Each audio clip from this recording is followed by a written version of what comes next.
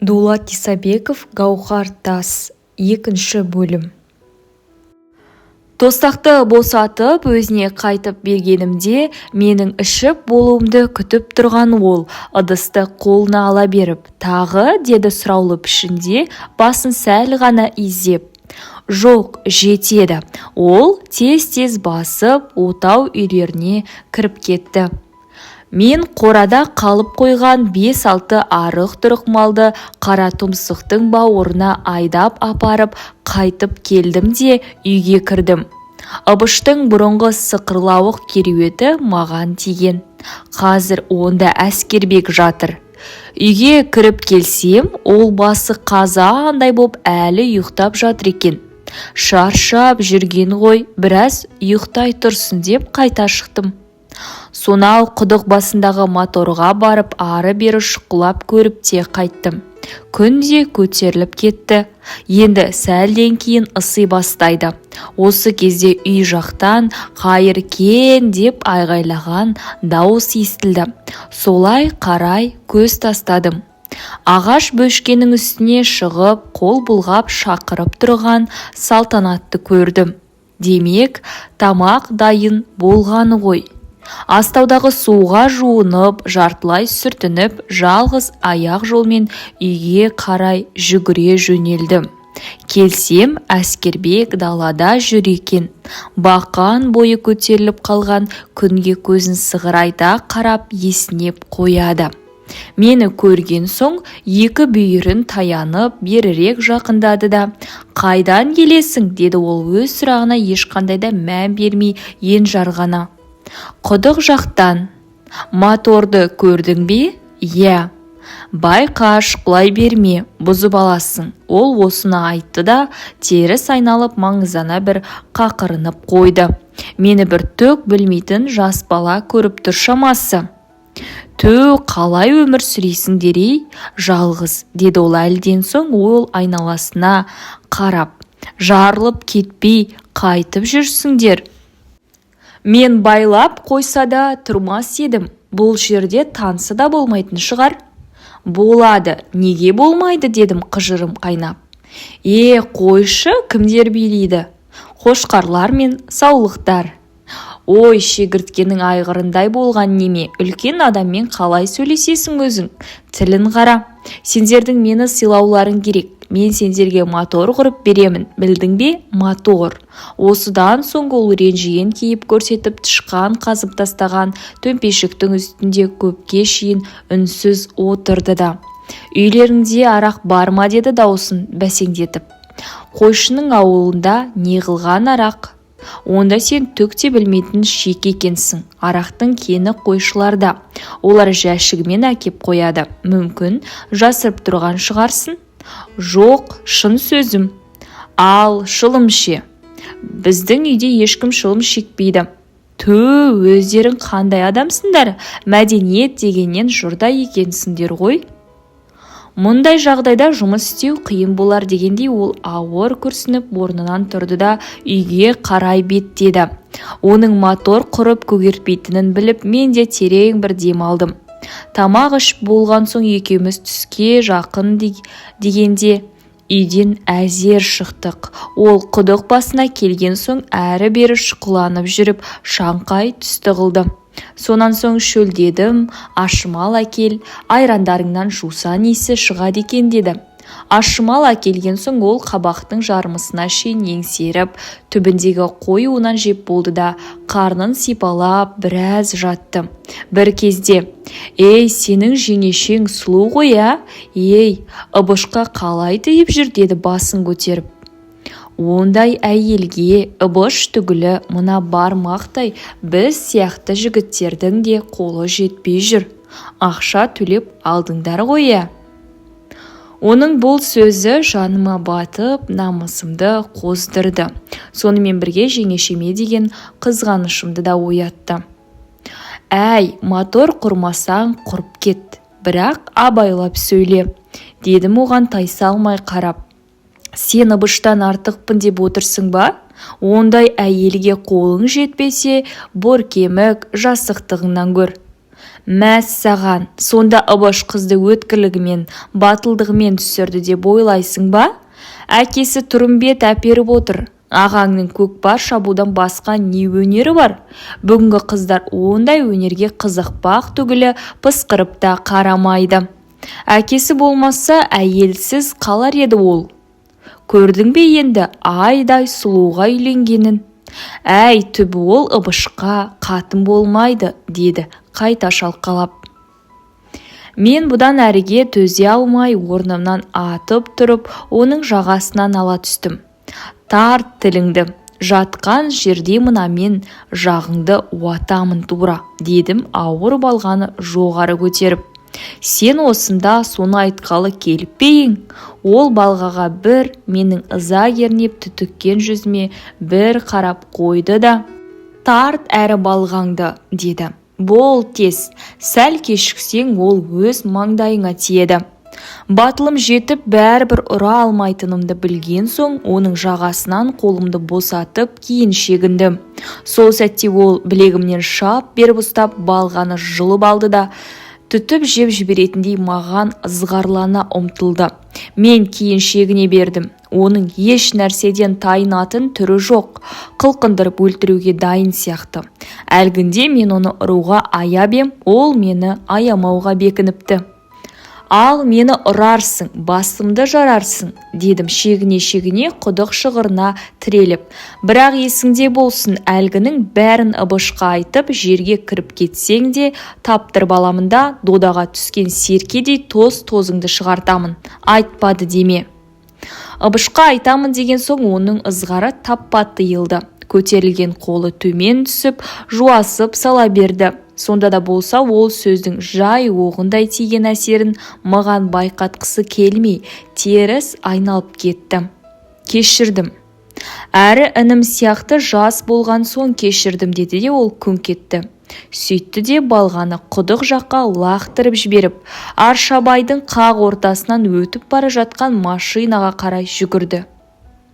Ал қолдарынан келсе құрып ала қойыңдар деп Әскербек батырмыз сонымен тайып тұрды. Мен үн-түнсіз қала бердім. Іштей оның кеткеніне қуанып тұрмын. Мейлі бір мәнісін тауып құрармыз моторды, далада қалмас.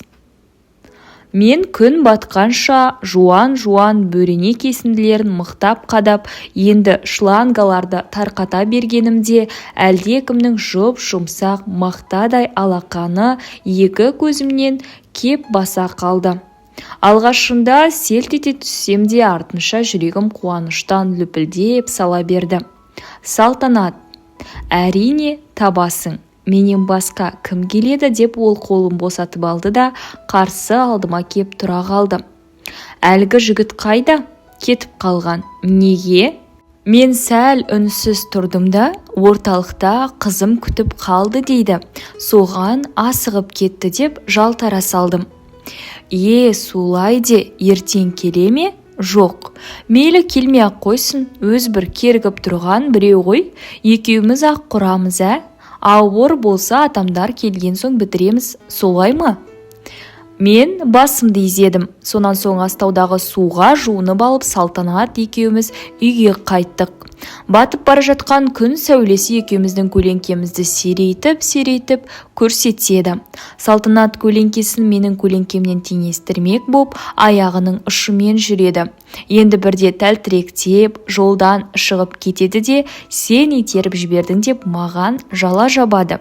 Ал кінәлі емес екенімді дәлелдеп берген соң, құлап бара жатқанымды көріп, тағы неге ұстамайсың деп мені тағы тұйыққа тірейді. Өстіп келе жатып, қайыркен таңертең қойларды өріске мен айдайыншы деді. Жарайды, дедім оның осы ұсынысына біршама таңдана тұрсам да. Не, жайлауды көрмей жүрмей едің? Көрдім ғой, бірақ таңертең қой айдап шыққан тамаша. Қалауың білсін. Біз үйге де жеттік. Апам моторшы жігіт шаршап келеді деп киіз үйдің көлеңкесінде еттің қамырын асығыс жайып жатыр екен. Сыпыраны төңіректеп жүрген тауық балапандарын кіш-кіштеп қолын сермеп дембіл-дембіл үркітіп қояды. Моторшы жігіттің жоқ екенін көріп ол кісі ойбай-ай, әлгі бала қайда деді таңдана. Кетіп қалыпты деп Салтанат менен бұрын күле жауап берді. Орталықта қызы күтіп отыр екен дейді, соған асығып кетіпті. Ой тоба ай деді апам ернін сылп еткізіп. Бұл заманның қыздары күтеді әні, қарны ашып келеді деп шала бүлініп жатысымыз мынау. Ал анау су тартқышын қашан орнатады екен? Оны Қайыркеннің өзі құратын боп отыр апа. Ағаштарын қадап дайындап қойыпты. Не қылдейді құдай-ау, ол сенің қолыңнан келе ме? Келмегенде онда тұрған не бар деп қойдым даусымды нықтай түсіп. Ыбыштар келгенше Салтанат екеуміз-ақ дайын қыламыз. Бұдан соңғы апамның мені айналып толғануын ауызбен айтып жеткізу мүмкін емес. Мотор құра алатын қара баласынан да айналды, оған жәрдемші ақ сары келіннен де айналды. Бәріміз көңілді жүрдік. Бізбен қосылып кейде апамның да бала боп кеткісі келеді. Үйде әкем мен Ыбыш болмаса осылай бір жаймашуақ боп қалатын жайымыз бар. Таң ертең орнымнан тұрсам үйде ешкім жоқ екен. Апам мен Салтанаттың төсектері тап-тұйнақтай боп сандық үстінде жиналып қапты.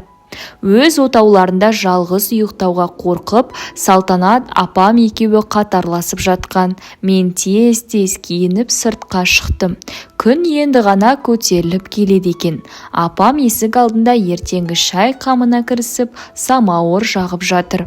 Тұрып қапсың ғой, жата тұрмадың ба деді апам самауырдың астын шұқылап жатып. Сүрлігіп бара жатқан тірлік жоқ қой. Түске шейін ұйықта дейсің бе енді? Салтанат малды айдап кеткен бе? Қайыркен ұйықтай тұрсын, мен ақ жайып келейін деп кетті. Апамның тамақ іш деп бәйек болғанына қарамай бір кесе айранды сіміріп салдым да құдық жаққа тарттым. Өткір күректі қолыма алып шұқыр қазғалы еңкейе бергенімде сонау қара тұмсықтың ар жағынан созыла шыққан әйел дауысы естілгендей болды. Демімді ішіме тартып тына тыңдадым. Таңғы ауаның толқынымен әлгі дауыс тағы бір естілді де қайта өшті. Мен бойымды түзеп қимылсыз қалдым. Бұл жолы ұзақ әрі созыла шықты. Ол үн әлде қалай бір әсем әуенді еске түсіріп кеткендей болды. Қандай ән еді? Алға қарай бірнеше аттап, биіктеу дөң басына шықтым. Әлгі дауыс дірілдеп, ап-анық естілді. Ән ғой бұл, гауһар тас. Ол Салтанат болды ма сонда? Әрине, одан басқа пері болмаса кім бар ол жақта? Мен жұмысты тастай салып қара тұмсық жаққа жүгіре жөнелдім. Ашабайдың таңғы самалы бетті аймалап, қоңыр көйлегімді жел кеулей жөнелді. Жол жиегіндегі шаң сіңген бүргендерден ақ тозаң бұрқырап қалып барады. Аяғымның астындағы кепкен шегірлер мен қурайлар шытыр-шытыр сынып жатыр. Қатты жүгірген сайын гулей түскен жел әлгі үнді маған қайтып естіртпей қойды. Ентігіп аз кем кідірдім. Дауыс жаңағыдан гөрі ашығырақ естілді. Тағы ілгері ұмтылдым. Қара тұмсыққа жақындаған сайын әлгі ән әуені де айқындала түсті. Шаршағанымды мүлдем ұмытып, қара тұмсыққа жеткен соң қыр басына өрмелей жөнелдім. Оның шың басына шығып үлкен қара тастың тасасына кеп отырдым да осы жерден ойпаңға көз тастадым. Төмендегінің бәрі алақандағыдай ап-анық көрінеді. Әні анау тақыр күзге шейін қорамайтын гүл атқан құлқайырлардың арасында Салтанат жүр.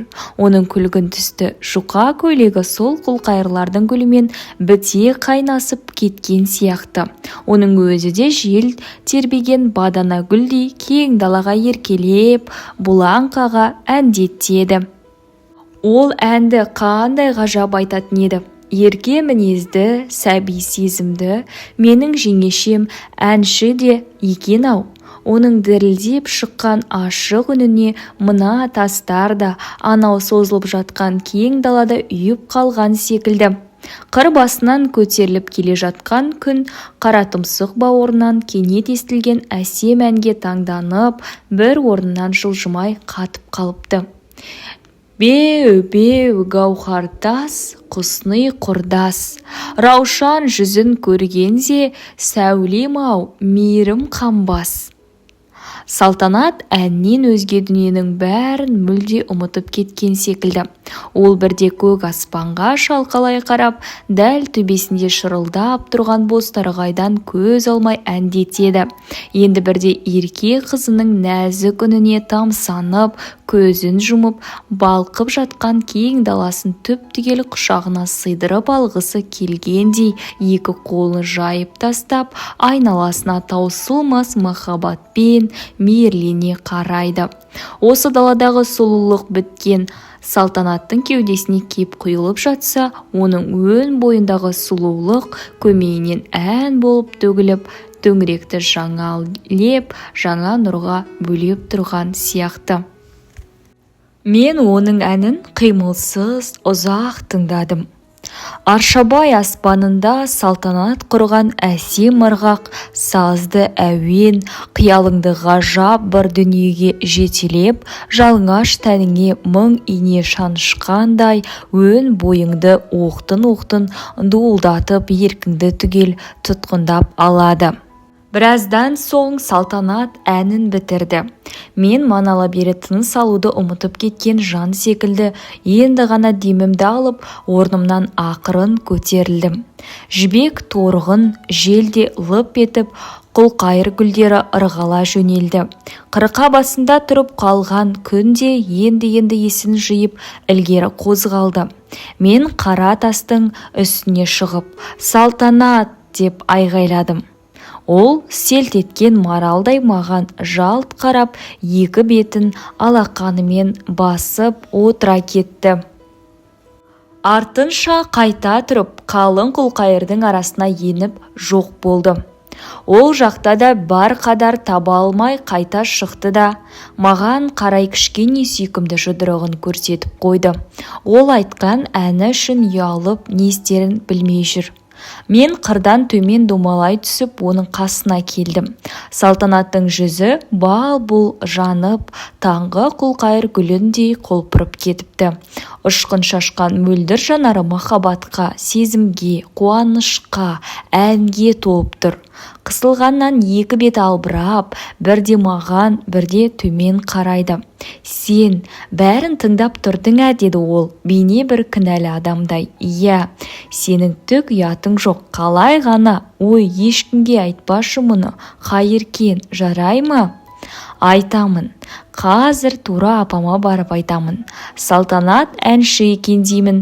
Өткен жолы сен де көрген түсімді апамның алдына жайып салып, өлеңімді оқып бергенсің. Енді есеп айырысамыз, білдің бе?» Ол одан бетер қызарып кетті. Имек қасы дір-дір етіп, жанарына бір ұяңдық ойнап шыға келді. «Мейлі, айтсаң, айта бер», деді ол сәлден соң бұртиып. «Бәрібір мен мойындамаймын». Сөйтті де көк орамал маған қыр қылғандай бір маңдайына тәкаппарлана тартып, бытырап жайылып жүрген қойларға қарай кетті. Сәл ұзаған соң ұзын бір құлқайырды сындырып алып, малды үйге қарай айдады. Қойлардың бір шетін қақпайлап, онымен бірге мен де қозғалдым. Ішімнен ерке мінезіне күліп келем, сүйсініп келем. Ауық-ауық ұрлана қараймын.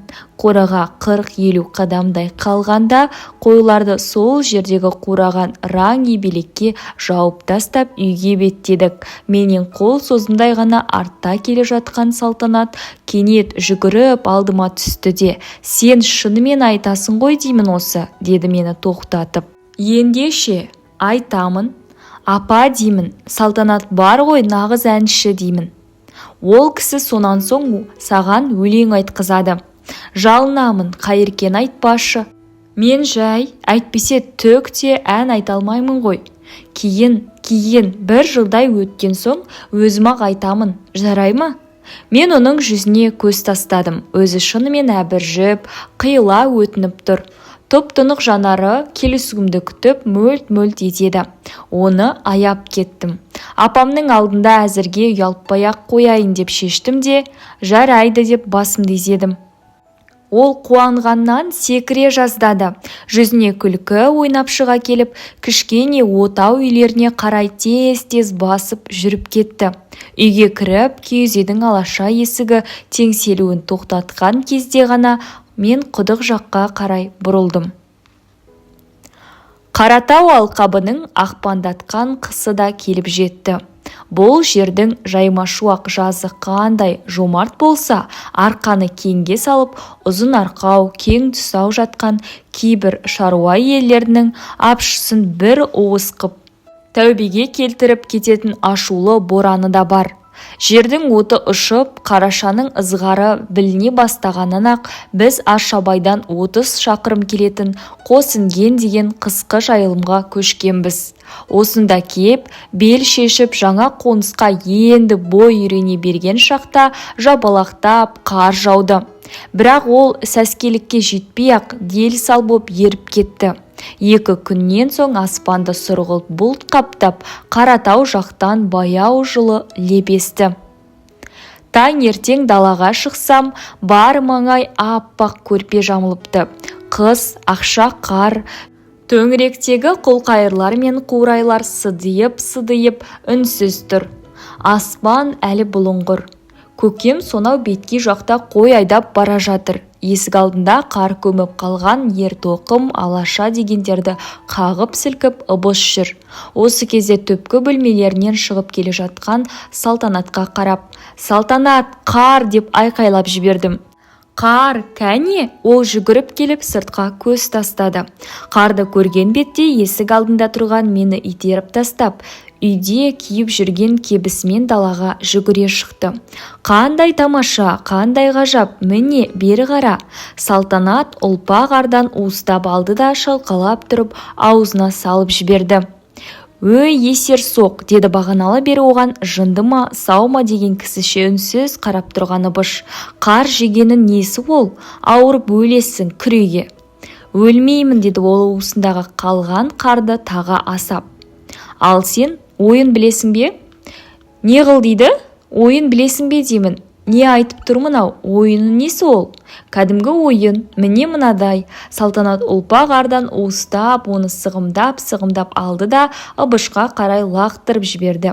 Ыбыш ауыр денесін тез егеріп еңкейемін дегенше сығымдалған қар оның малақайын ұшырып түсірді. «Әй, бұның не бұл?» деді Ыбыш ашуланып. «Үйбай, бір бәле көрдің бе? Жоғалармын!» Салтанат ішек-сілесі қатып майыса күліп тұр. Ыбыштың қызараңдай ұрысқанын елейтін емес. Жалпы мен осы уақытқа дейін Салтанаттың Ыбышқа ашуланғанын көрген емеспін. Анау болса қозға құйылған судай қош-қош етіп кеп оған ұрысады. Ал кейде өтірік шыны екенін білмейсің. Былғауыштай жұдырығымен оса деп кеп талдырмаштай келіншегін қойып қалады. Әйел деген нәзік-ау, бір жерін ауыртып ренжітіп аламын-ау деген ой басына кіріп шықса не қыл дейсің. Салтанат осындай сәттерде сәл үндемей қалады да, сәлден соң жас күлкісіне қайта енеді. Ыбыш оған алара қарап қолын бір сілтейді де шығып кетеді. Әні ол қазір де Салтанатқа ұрсып тұр. «Әй, неге күлесің-ай?» дейді ол малақайын киіп жатып. «Осы да күлкілі ме? Таяқ жемей тұнбауға бекігенсің ғой өзің». «Адам таяқты жемейді, не айтып тұрсың өзің?» деді ол жай барақат күле жауап беріп. «Міне былай етіп ұлпа қардан жейді». Ол үлпілде қардан тағы алып, ақша қармен бірдей аппақ тістерін көрсете бір шөкімін аузына салып жіберді.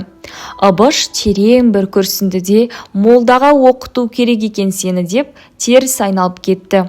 Қарсы алдында тұрған келіншегінің бойындағы таптырмас еркелікті, жарасымды наз бен тәтті қылықты, бұралған сымбат пен күміс күлкіні байқамай кетті. Ыбыш ұзаған соң Салтанат соңынан қарды шұбалтып ішке кірді. «Увай, ішай!» деп мұздай дымқыл алақанын мойныма басқанда денем ду етіп ыршып кетті. Ол темір пеш жанына барып ішіне қар толған кебісін шешті де жып-жылы жұмсақ бөстектің үстіне тұра қалды. Ойбуй, қарағым-ау, бала боп кеттің бе? Желең шығып қар кешкенің қалай? Ауруға шалдығып қаласың ғой. Міне, мұнда кеп отыр деп апам пеш алдындағы орнын Салтанатқа берді. Бір күні таңертең әкемнің атын мініп қой соңынан мен кеттім. Жайлауға жауған анадағы қар күнде қаптаған мың қаралы қойдың тұяғымен шұрық тесік боп қарадай таусылуға айналған. Сондықтан біздің қой жаятын өрісімізде күн асқан сайын қорадан ұзап барады. Қар бетінде қылтиған шетік, кекіре, жантақ, жусандар, майда шөбі араласпаған соң қуырып жеген еттей берекесі қашып тез таусылады. Бүгін қойды сонау Қызылжар жақтағы кең жазыққа айдадым. Ол жақ мидай тегіс дала. Жорғалаған қоян мен түркі болмаса, мал тұяға әлі тие қоймаған. Күн бұлыңғыр. Бірақ жайлау май тоңғысыз жылы. Соған қарағанда боран болатын сыңай бар. Ен жайлауға сұғынып, малды қалай болса солай бей-берекет өргізе бергенді әкем жақтырмайды. Жайлауды да жөндеп пайдалан, алда қандай күн боларын қайдан білдің деп ұрысады. Сондықтан қойларды Қызылжарға сәл жеткізбей тарта жаптым. Уақ мал үшін қорада берген тау-тау шөп пен астау-астау жемнен гөрі өз аяғымен бір-бірлеп теріп жеген күртілдек жусаны 1000 есе артық. Түнімен ашығып қалған қойлар бытырай жайылды. Мен де аттан түсіп тартпасын босаттым да, ауырлығы жоқ деп ала шыққан үлкен тұлыпты қар үстіне төсеп кітап оқуға отырдым. Қарны тойғанша қойлар шашырап кете қоймады. Осы кезде сонау үй жақтан ноқаттай боп бір қара көрінді. Жаяу ма, аттылы ма, ол жағын айыру қиын. Мен орнымнан тұрып, оның жақындауын күттім. Сәлден кейін әлгі нүктенің аттылы адам екені анық болды. Осылай қарай шауып келе жатыр. Тіп-тіке емес, ары-бері қиғаштай шабады. Бұл маңайға келе қоятын аңшы жоқ. Ыбыш болса түлкі қууға онша қызыға қоймайды. Әкеммен кеткенде қаннан қаперсіз етік тігіп жатқан. Бұл келе жатқан кім болды екен енді? Бір кезде аттылы кісі солға қарай бұрылып, қойнауға кіріп көзден ғайып болды. Кім де болса түлкі қуған біреу ғой, алдынан шығайын деп атқа тез міндім де солай қарай беттедім. Осы ойым расқа шығып, қойнаудан қылаң ете қалған атты кісінің алдынан кіп-кішкене боп түлкі қашып бара жатқанын көрдім. Жиренді тебініп шаба жөнелдім. Айлакер түлкі ат жетіп қалғанда жалт бұрылып, ол қайта айналып келгенше демалып алады да, аңшы тақалған кезде қайта қашады. Мен де жетуге жақын қалдым. Ат үстіндегі аңшы көзіме бір түрлі таныс, бірақ ерге өте дөрекі отырған секілді. Әйтсе де есіл дертім түлкіге ауып келе жатқан мен оған соншалықты көңіл аудара қойған жоқпын. Жақындап қалған екінші аттыны көріп, түлкі Қызылжарға қарай тұра қашты. Жан қысылғанда түлкі де батыр боп кетеді. Жұлдыздай ағып, менің дәл жанымнан өте шықты. Аттың тізгінін бұрып соңынан шабам дегенше ол тас лақтырым ұзап кетті. Осы сәтте аңшы да қасымнан өте шықты. Аты жүйрік екен-ау дедім ішімнен. Сөйткенше болған жоқ, соңынан ақ боранды бұрқыратып бара жатқан ыбыштың күреңін тани кеттім. Япыр-ау, сонда мұның Салтанат болғаны ма? Ыбыш атын қалай берген? Оның малақайы мен шолақ тонын қалай сұрап алды екен? Салтанат дедім айқайлап. Ол қарайтын емес. Бір кезде түлкі Қызылжарға жетті де көзден ғайып болды. Іні сол жерде болса керек. Салтанат екпінін тоқтата алмай біраз жерге шейін шауып барып, бері бұрылды да ақырын жүріспен маған беттеді. Жақындай бергенде ол малақайын алып ух деп терең бір дем алды да жай ғана күлімсіреді. Қап, ініне кіріп кеткенін қарашы, сен неге аңқиып қалдың? Түлкіге емес, маған қарадың да тұрдың. Танымай қалдың ба? Әрине дедім мен, әлі де танымай тұрмын. Сен Ыбыштың атын қалай мініп жүрсің? Ол қайтып берді. Ыбыш па? Деді ол сыңғырлай күліп. Ол маған ат беруші ме еді? Түске шейін демаламын деп жатқан. Далаға шықсам, аты ерттеулі тұр екен. Қызығып кеттім. Үйге кіріп малақай мен шолақ тонын кидім де біраз жүріп келейін деп ұрланып шығып кеттім. Әкем барда атқа жиі мінуші едім. Көп болды тізгін ұстамағаныма, бір түрлі суып қалыппын. Ал түлкіге қалай кезіктің? Үйден біраз ұзаған соң енді қайтайын деп бұрыла бергенде бүргенді сайдан әлгі түлкі қаша жөнелді. Ары қарай шыдап тұра алмадым. Енді түсінікті ме? Мен оның күлкімен шаттық ойнаған жүзінен көз алмай тұрып түсіндім дегендей басымды изей салдым. Ол тұп-тұнық мөлдір жанарын менен тез тайдырып әкетті де аттың қас мойнын аппақ алақанымен шарт-шұрт еткізіп шапақтап қойды. Күреңнің екі құлағының түбі жылтырап тұр екен. Еті енді қысса керек. Ауыздығын қарш-қарш шайнап, екі көзі шырадай жанып тұр. Абыш көрсе мені оңдырмайтын болды, деді Салтанат сәл үнсіздіктен соң. Мен үндемедім.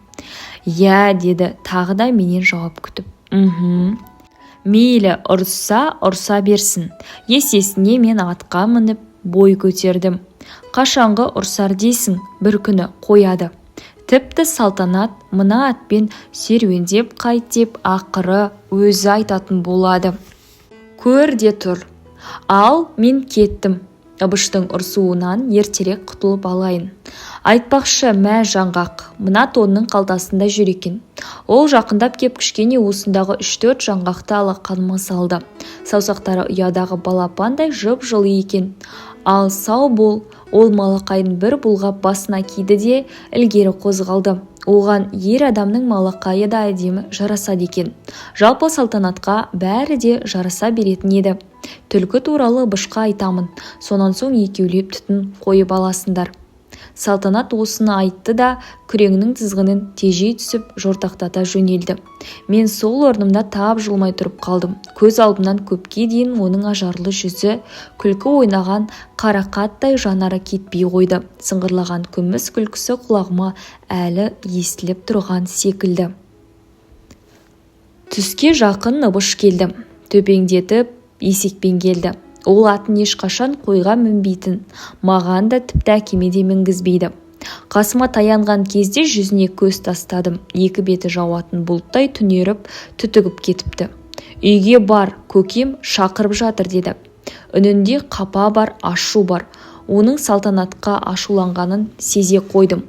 Сондықтан не болды, неге ашуландың деп сұраған жоқпын. Атқа мінесің бе деп едім, маған қарап қолын бірақ сілтеді. Сонан соң ілгері қозғала беріп. Абыш, анау қызыл жарда түлкі деп міңгірлей бастағанымда ол сөзімді оқыс бөліп жіберді.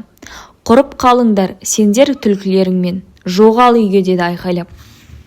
Мен басқа сөзге келмей үйге қарай тартып тұрдым. Келсем, әкем мені есік алдында күтіп тұр екен. Атты ақырға байлап қасынан өте бергенімде мені дауыстап тоқтатып алды. Әй, дудары бас, деді ол зілді дауыспен. Күреңмен түлкі қуған сен бе? Сол сәтте олардың түлкіні Салтанат емес мен қуды деп ойлағандарын сезе қойдым да мүдірместен иә дедім төмен қарап. Бәсе, айтып ем-ау, келін саған атты шығарып берген ғой. Иә, сен есіріктеніп түлкі қудың, о түлкімен бірге кеткір-ау, сонымен қосылып сол інге неге кіріп кетпедің? Есіл атты ерге қажатып қорғылғаның не? Адам болмайсың сен. Қой деп келінге басу айтудың орнына атты әкеп бере қал деп жарбаңдап қоймағансың ғой. Желігіп болды мақұл деген. Ай, өстіп күйдіресіңдер ғой, өстіп қажытасыңдар ғой адамды. Ойбай, ау, бір түлкі емес 10-100 түлкі қусаң да ана астындағы ат неге жетпейді сенің? Үстінен сыпырылып түсіп қаламын дедің бе? Тұрған жеріңде осы. Әкем қамшысын жоғары көтеріп барып төмен түсірді. Оның қимылын көрмеген адамша жасқанбай тұра бердім. Сонан соң ол біразға дейін үнсіз тұрды да қамшысын саптама етігінің қонышына тығып ат қора жаққа кетті. Мен ішке кірдім. Пеш алдында ұршығының ұшымен ортаға салынған шоқты шқып үнсіз апам отыр. Әкемнің маған ұрысқанын түгел естісе керек. Мен жаққа жай бір қарады да ақырын ғана күрсініп жібін иіруге кірісті. Салтанат түпкі бөлмесінде болар, бұл жерде жоқ. Апа, не болды деді азапты үнсіздікке төзе алмай. Неге үндемейсіз? Ол кісі иіріп отырған ұршығын қоя салып терең бір дем алды да, шырағым-ау, ана содырдың атын мініп нелерің бар еді осы, деді отты тағы бір көсеп қойып. Тып-тыныш отырған үйді азан-қазан қылды ғой.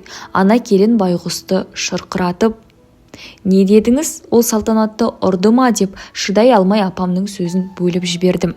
Иә, мен ішкі бөлмеге жүгіре кірдім. Ағаш кереуеттің үстінде ала шайы көрпені тұмшалап, жамылып Салтанат жатыр екен. Салтанат дедім қасына жетіп келіп. Ол жауап бермеді. Салтанат дедім тағы да. Ол алақанмен бетін басып, жылап жатыр екен.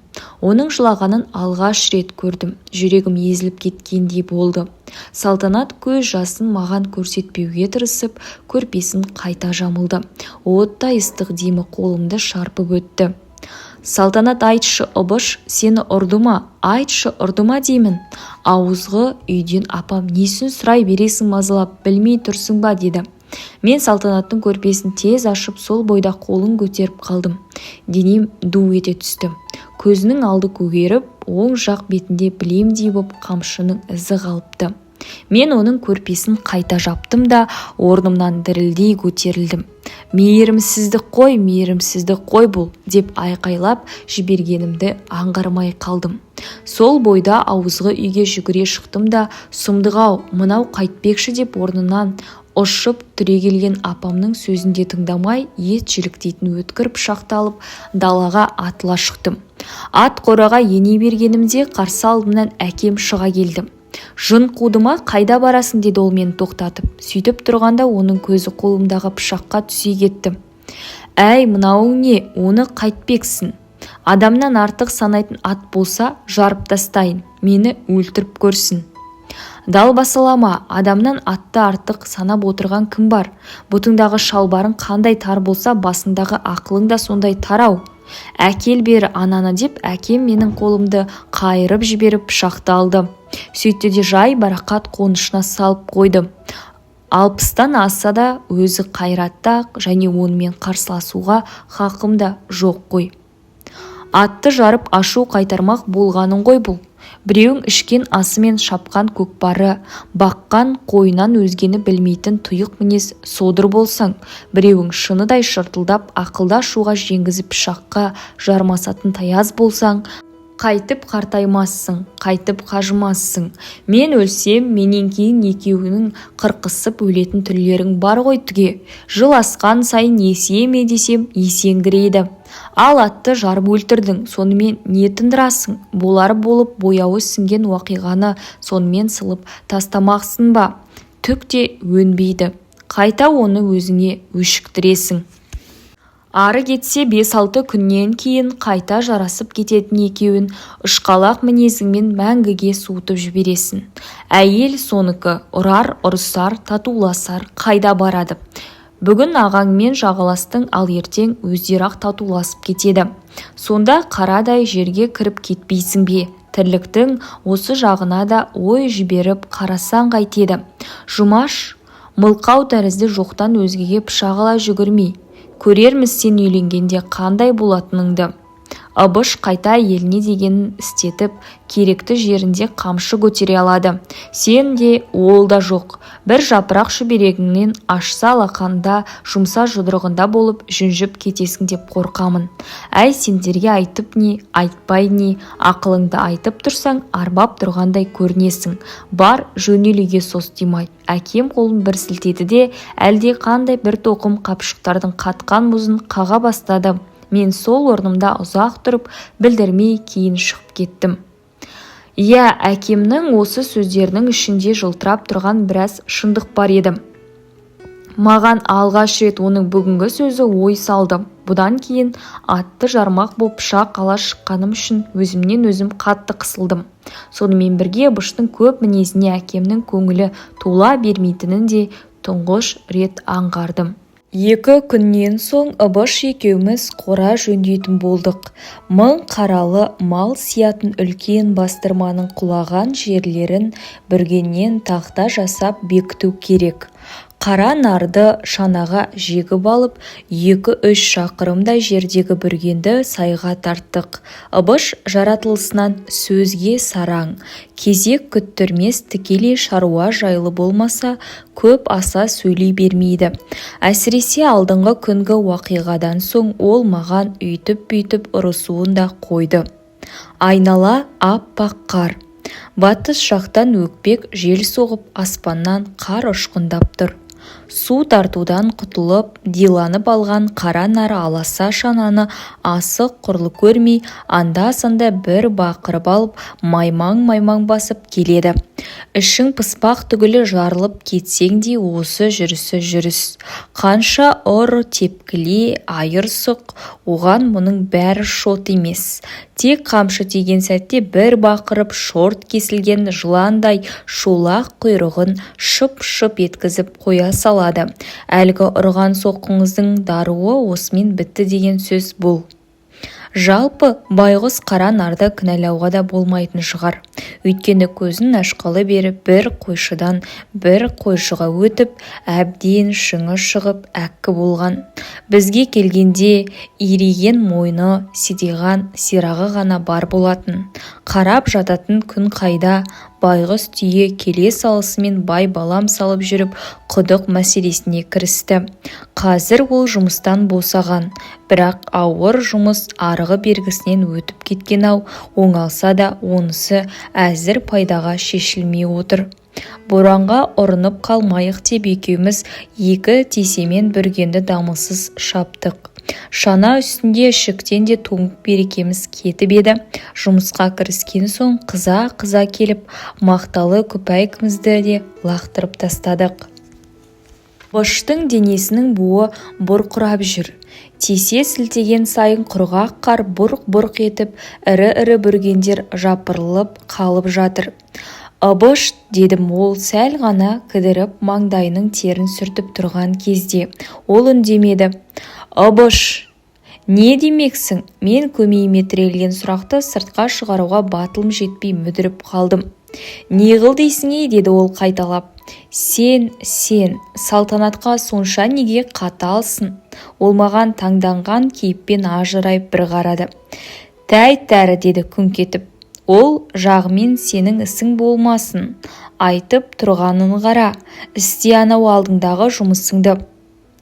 Салтанаттың нәзіктігі, еркелігі, сирек кездесетін адал жар екендігі жайлы Ыбышқа айтар сөзім тымақ көп секілдеді. Бірақ ол жөнінде оның сөйлескісі де келмей, салған жерден бетімді қайтарып тастауы, көкейімде шым-шымдап ашылып келе жатқан сыр сандығының аузын тарс еткізіп қайта жауып тастады. Енді оның мәңгі бақи ашылмай кететініне көзім жететін секілді. Мен тесені тастап, шабылған бүргендерді шанаға тией бастадым. Осы кезде бүргенді сайдың алыс төкпірінен бізге қарай келе жатқан аттылы көрінді. Біраз жақындаған соң келе жатқан кісінің әкем екенін тани кеттім. «Болайын детіңдер ме?» деді ол қасымызға келген соң ат тізгінін тартып. «Шамалады қой деймін» деп жауап берді Ыбыш шабылған бүргендерге қарап. «Жетер ме екен?» «Жетсе жетіп қалар, тез тиейік, жел күшейіп келеді. Ал сен дударбас мына атты мінде колхоз орталығына тарт. Бастыққа жолық, малдың жемі таусылды, тездетіп 2-3 машинасын түсіріп берсін. Боран болса үдейін деп тұрғаны мынау, түсіндің бе?» Мен басымды изедім. Барған соң күмілжімей жөндей байт. Бастық басыңды кесіп алмайды. Сабаздың баласы-ай дегізіп тақ-тұқ етіп тұрсаңшы. Бұл күнде алғыр болсаң ғана аласың. Мә, ұста тізгінді. Бүргенді Ыбыш екеуміз-ақ жеткіземіз. Ана жақтан қойлар да ыдырап кете ме? Қайдам деп ат шалбырын қолыма ұстатты.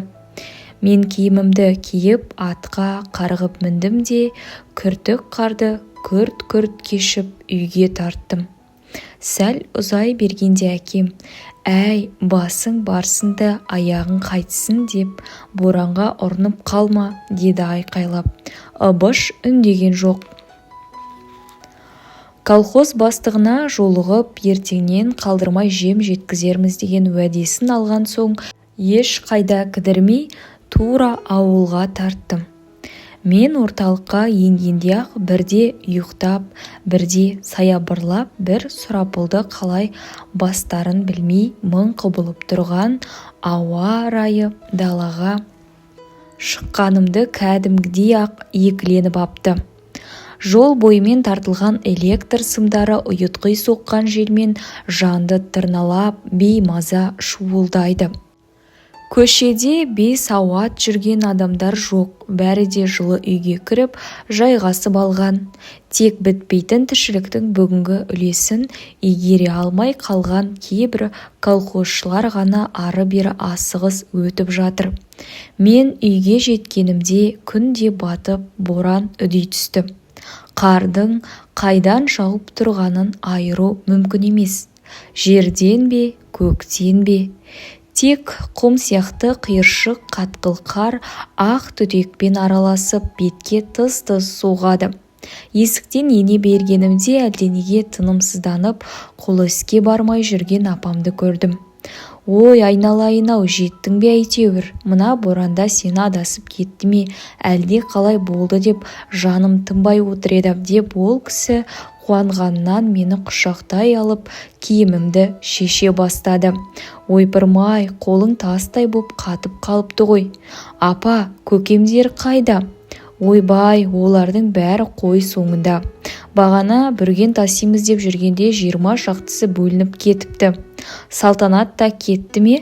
«Е, ана Абыш келіп, үйде отыра бермей, сен де былай-былай шығып жоқ ізде», деген соң киініп алды да шығып кетті. «Бармашы, барма, сенсіз де қой табылар» деп қанша шырылдасам да көнбей қойды. Жаяу кетті байғұс бала. Көп болды ма? «Я, бағана жарық барда кеткен. Осы айналада болса үйге бір соғар еді. Алысқа ұзап кетті-ау сол». Мен Салтанаттың Абышқа азаланып, сол ызаға шыдай алмай қой іздеп кеткенін білдім. Демек ол қойды тапқанша қайтып оралмайды.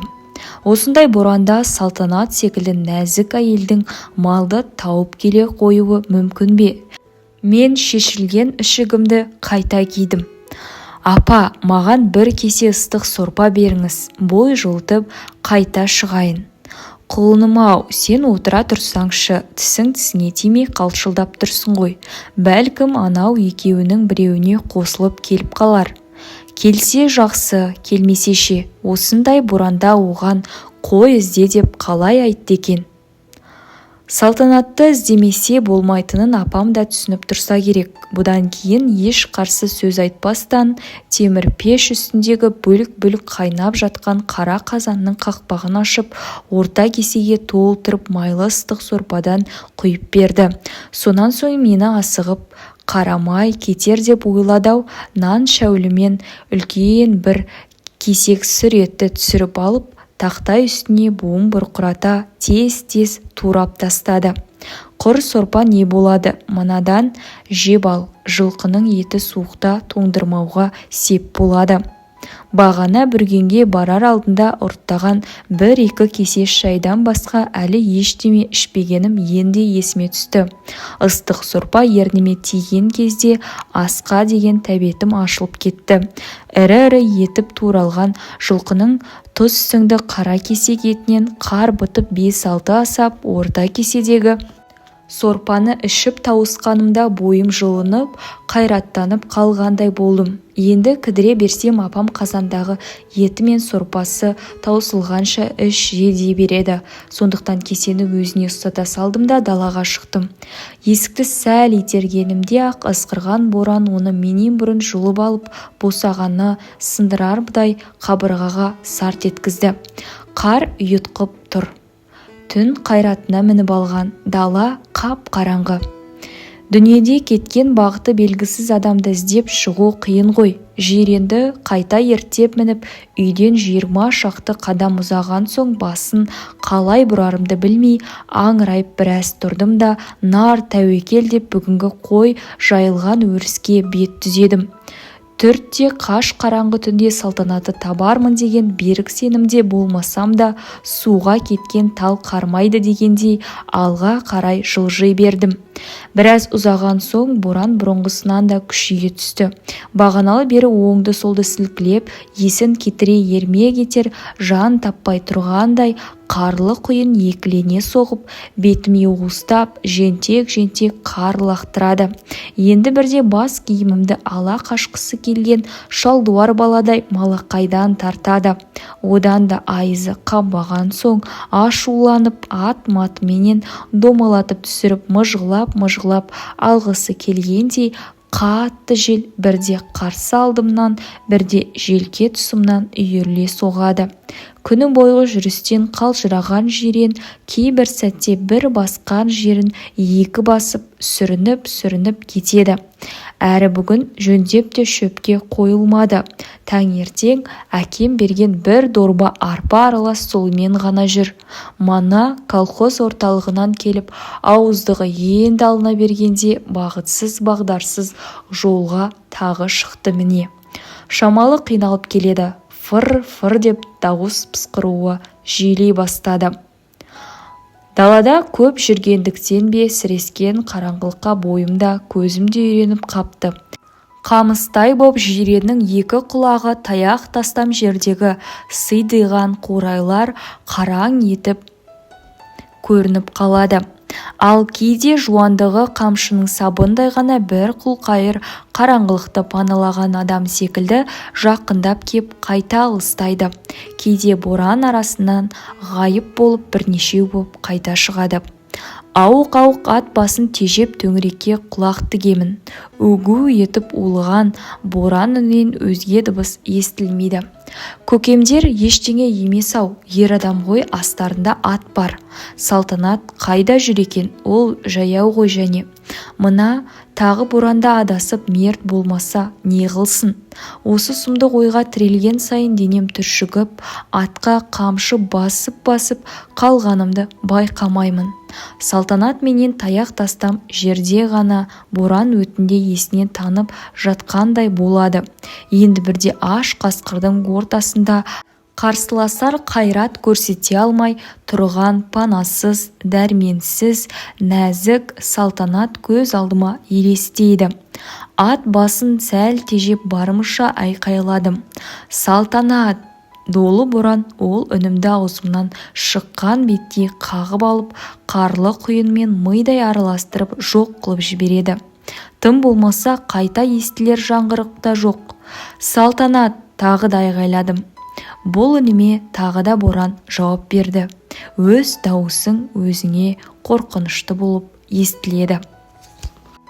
Боранды даланы қанша шарлағанымды да білмеймін. Шамада 2-3 сағат өткен секілді. Осы кезге дейін күндіз қой жайылған қырқаға жетуім керек. Бірақ көзге таныс жер бедерін кездестіре алмадым. Соған қарап алған бағытымнан ауытқып, адасып кеткенімді білдім. Ат та шаршады. Өзімнен де суық өтіп, аяқ-қолым қарысып қалды. Бір кезде қарсы алдымнан қара отқан нәрсе көрінді. Тізгін тартып анықтап қарадым.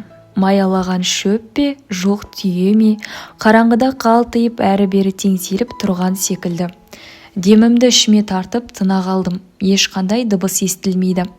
Атты тебініп қалып жақындай түстім. Сол сәтте жүрегім су етіп, тұла бойым мұздап сала берді. Бұл мола ғой.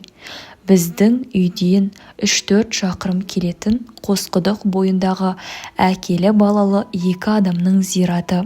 Осыдан 3 жыл бұрын диірмен тартып келе жатқанда екеуін де бура шайнап өлтірген. Онда олар нақ осы Қосынген бойында түйе бағатын. Қарсы алдымда мына қарайып тұрған сол моланың қорғаны. Қорыққанда адасқанда адамға зират серік болады дегенді көп естігенмін. Бірақ дәл қазір ойда жоқта кездескен мола маған сұп-суық қорқынышты боп көрінді. Жалпы мен бала кезімнен мазар атаулыны жақындап көрген жан емеспін. Егер бағып жүрген қозы-лақ суларды аралап кетсе, қашанда өздері шыққанша өз аяғымнан барып айдап келмейтінмін. Не болса да бұл қорған адасқан бағытыма жөн сілтеді. Жиреннің басын оңға бұрып үйге қарай бет алдым. Салтанаттың бұдан әрге қарай ұзай қоюы екі талай. Енді оны үйге дейін іздеу керек. Бәлкім менен бұрын барып та қалған болар. Атқа қамшы тартып арқан бойы ұзай бергенімде ұлыған боранмен араласып арт жағымнан әлсіз бір дыбыс естілгендей болды. Селт етіп қалып тұра қалдым. Әлгі дауыс тағы естілді.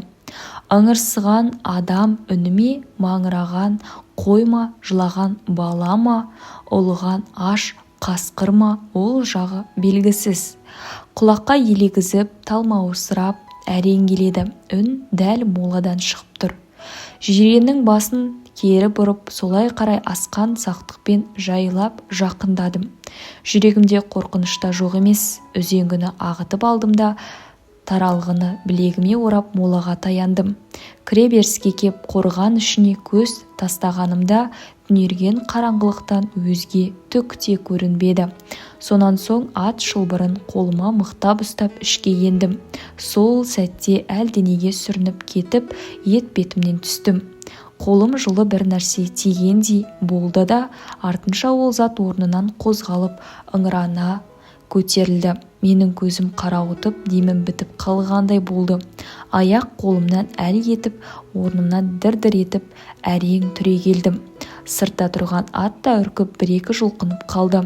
Бүйір болғанда шылбыр ұшын білегіме орай ұстаған екенмін, шығып кете алмады.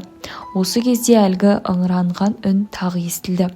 Тоқта, бұл қойдың даусы емес пе? Осы ой есіме сап етуі мұң екен, жүрегім қуаныштан лүпілдеп сала берді.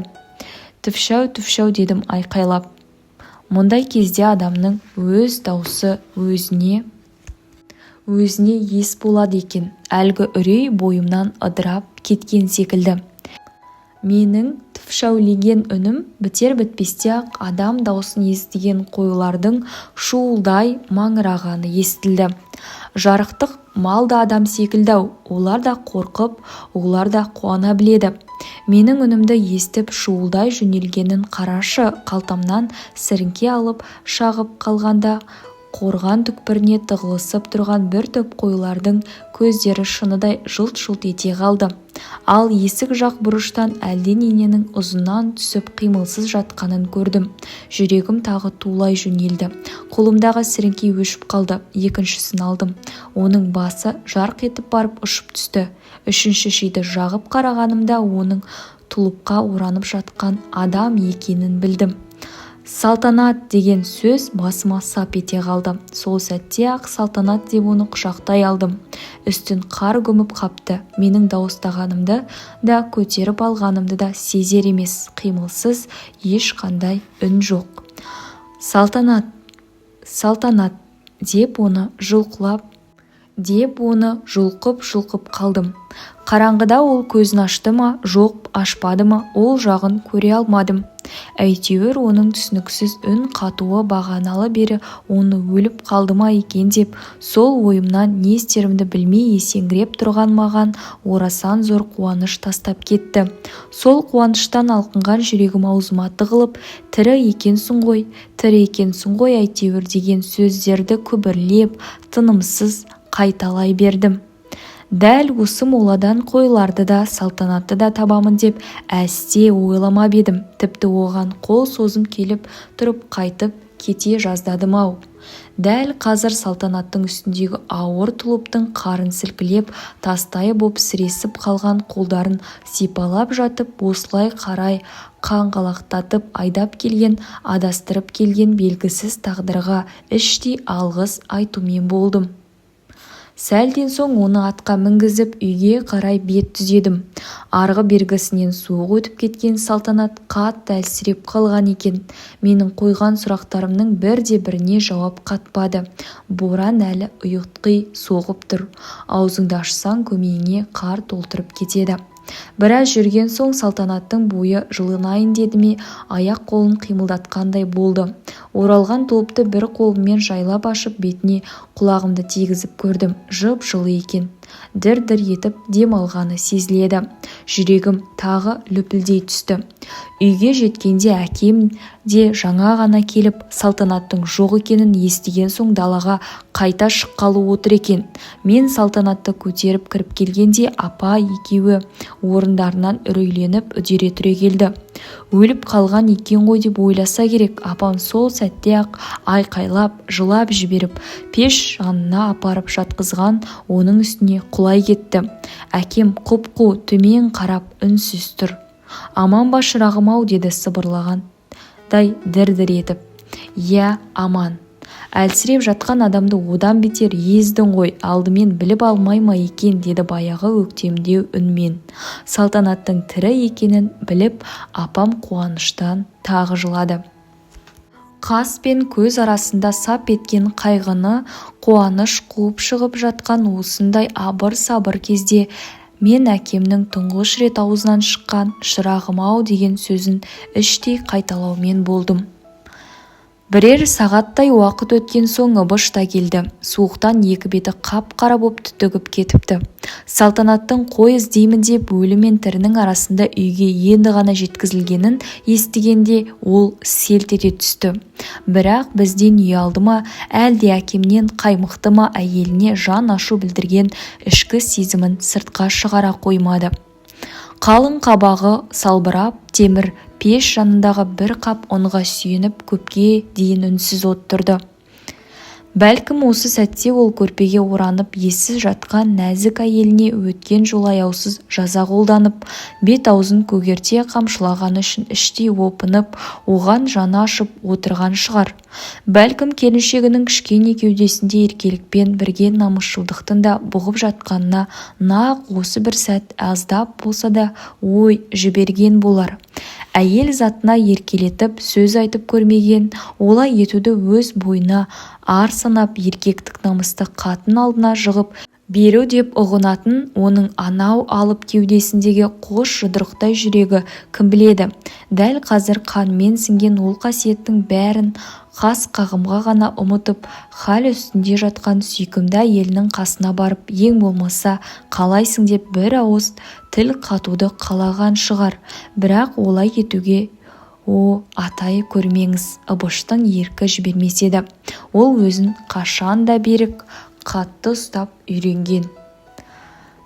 «Ей, әлі шешінбепсің ғой, нағып отырсың сұңқиып, есің дұрыс па өзіңнің?» деген әкемнің дауысы кенет естілгенде Ыбыш басын кегжең еткізіп көтеріп алды. Сол мезет тобылғы сапты қамшысы жерге түсіп кетті де, ал оны жалма-жан көтеріп алып тез-тез сырт киімдерін шеше бастады.